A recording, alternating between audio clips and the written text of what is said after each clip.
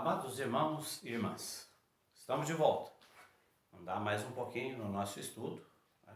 Já que não temos previsão de retorno, vamos procurar manter viva a nossa, o nosso propósito.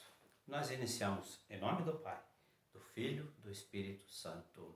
Amém. No último encontro, nós falamos sobre o sacramento da Crisma e nós vimos basicamente 3 pontos. Nós falamos sobre os efeitos. O sacramento da Crisma é o sacramento do mais, nos enxerta mais, nos impulsiona mais, enfim, é o sacramento do compromisso, do comprometimento com a nossa igreja, com a nossa fé. Depois nós falamos quem é que pode receber o sacramento da Crisma e nós vimos que somente aquele que já recebeu o batismo e que não foi crismado pode receber. É um sacramento que não se repete. E por último, nós falamos sobre o ministro do sacramento da Crisma, onde nós vimos que o ministro ordinário, o ministro é o senhor bispo. Na sua ausência, por motivo de força maior, ele pode delegar competência para um sacerdote em casos extraordinários, tá bom? Então, com isso, nós arrematamos o conteúdo do sacramento da Crisma. Hoje nós vamos falar do terceiro sacramento da iniciação cristã, que é o sacramento da Eucaristia, que, como nós já falamos no início, anteriormente, a ordem, a cronologia dos sacramentos era batismo, crisma e Eucaristia. Hoje, pedagogicamente, está diferenciado. É batismo, Eucaristia e crisma. Então, o sacramento da Eucaristia, ele sela, ele vai finalizar a ideia da iniciação cristã estabelecida a partir desse tripé: batismo, crisma e Eucaristia. E como nós sempre iniciamos procurando resumir o máximo do conteúdo, sobretudo o estudo do sacramento da Eucaristia, que é mais volumoso, então nós vamos dar uns saltos assim para poder avançar no conteúdo e depois vocês poderão ler e tirar as suas conclusões. Então, primeiramente, no parágrafo 1324, ele fala uma coisa fundamental. A Eucaristia é fonte e ápice da vida da igreja, da vida eclesial.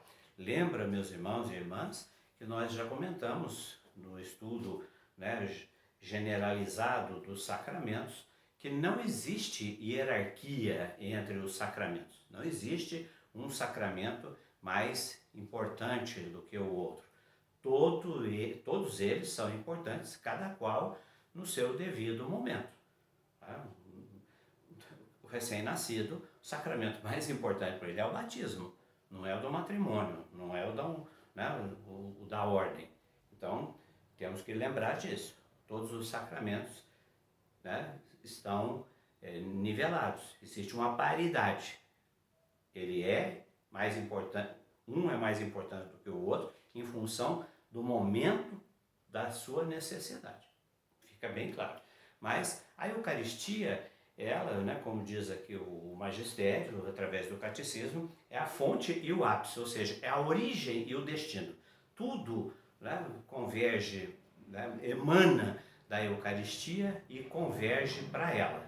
Então, tudo que nós vamos fazer, nós partimos da Eucaristia como fundamento e vamos a ela como meta, como objetivo.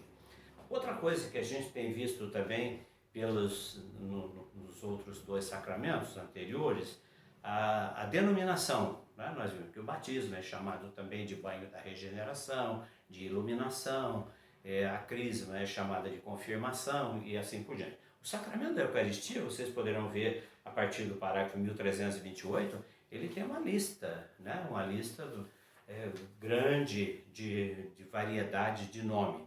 Então ele começa com um nome mais tradicional, que é a Eucaristia, Depois, aí no parágrafo 1329, ele é chamado de ceia do Senhor, e na frente de cada nome tem uma explicaçãozinha aí, por que ele é chamado de ceia do Senhor, por que é chamado de fração do pão, por que é chamado de assembleia eucarística, de santo sacrifício e de comunhão. E por último, né, ele começa lá com a Eucaristia, e o último nome que se dá, né, assim, costumeiramente para o sacramento da Eucaristia é Santa Missa, né, a Santa Missa.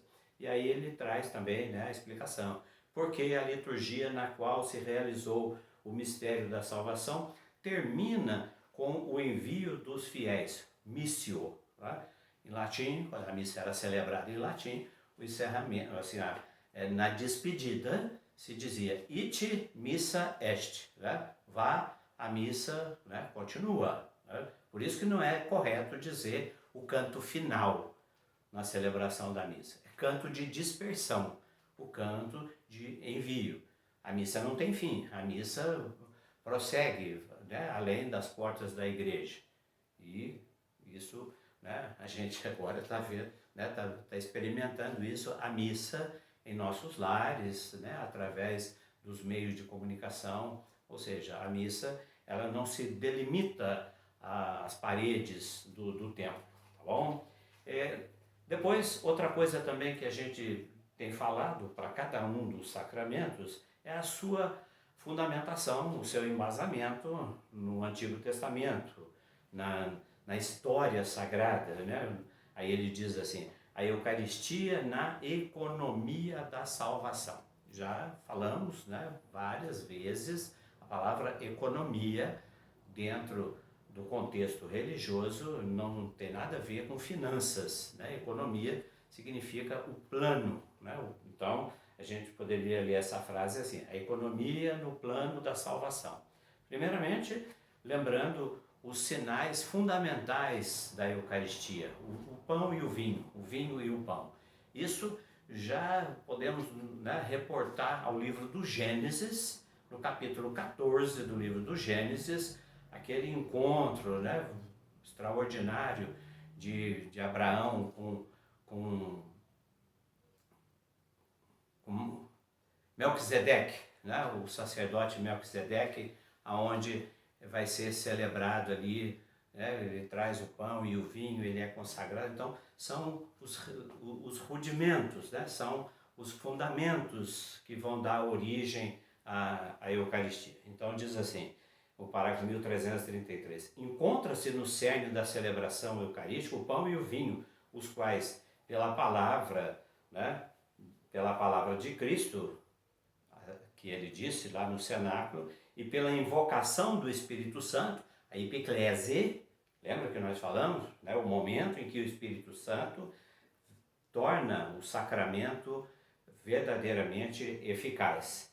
Então, isso desde os tempos do Antigo Testamento até chegar em Jesus, a última ceia, onde aqui ele fala, né, tomou o cálice, tomou o pão e ali disse as palavras. Por isso diz assim, ao se tornar misteriosamente o corpo e o sangue de Cristo, os sinais do pão e do vinho continuam a significar também a bondade da criação. Assim, no ofertório, damos graças ao Criador pelo pão e pelo vinho. Aquela oração que o padre faz ali no momento, né, da preparação das oferendas, bendito seja o Senhor Deus do universo pelo fruto da videira, né? Então ali ele está dando graças a Deus pelos elementos que depois misteriosamente vão se transubstanciar para se tornar corpo e sangue de Cristo, tá certo? Então a antiga aliança já traz elementos para nós. Depois a gente pegar também a multiplicação dos pães, citada no livro do profeta, citada na história, né, do profeta Elias e Eliseu, né, que fala da multiplicação da farinha.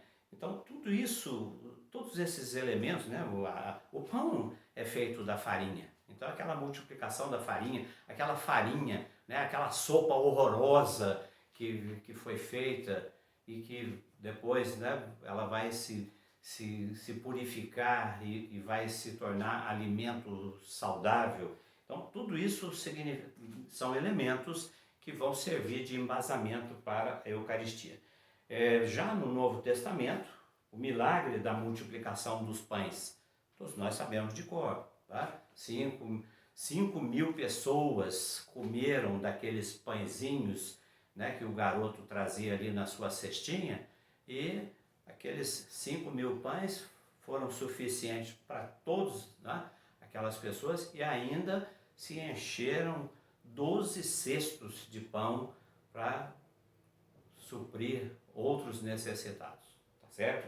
Então, a figura, né, essa realização da multiplicação dos pães prefigura a superabundância desse único pão da Eucaristia. Depois, no parágrafo 1336, ele diz assim: o primeiro anúncio da Eucaristia dividiu os discípulos, assim como o anúncio da paixão os escandalizou. É fácil. O que quer dizer isso, o catecismo? Quer dizer que a promessa, a proposta de Jesus de transformar o seu corpo em alimento, ela teria escandalizado o povo, né? Aqueles que estavam com ele. João 6, o discurso do pão da vida, leia isso, né? Leia junto com esse estudo que nós estamos fazendo, que ali ele fala, né? Jesus vai dizer: eu sou o pão da vida, quem come da minha carne viverá eternamente, quem bebe do meu sangue, e eu os ressuscitarei no último dia. Todo aquele discurso, né, impactante, a tal ponto de repente, o pessoal começou a levantar e ir embora, tá? E aí os apóstolos vieram dizer: Senhor, as suas palavras são muito duras, quer ir embora também? Pode ir. E aí Pedro, né, vai tomar a dianteira e vai dizer: Senhor, a quem iremos? Pois só tu tem palavras de vida eterna. Então, esse discurso do capítulo 6 de João traz uma fundamentação, né, muito relevante para o sentido da Eucaristia como pão da vida, como alimento da salvação, tá bom?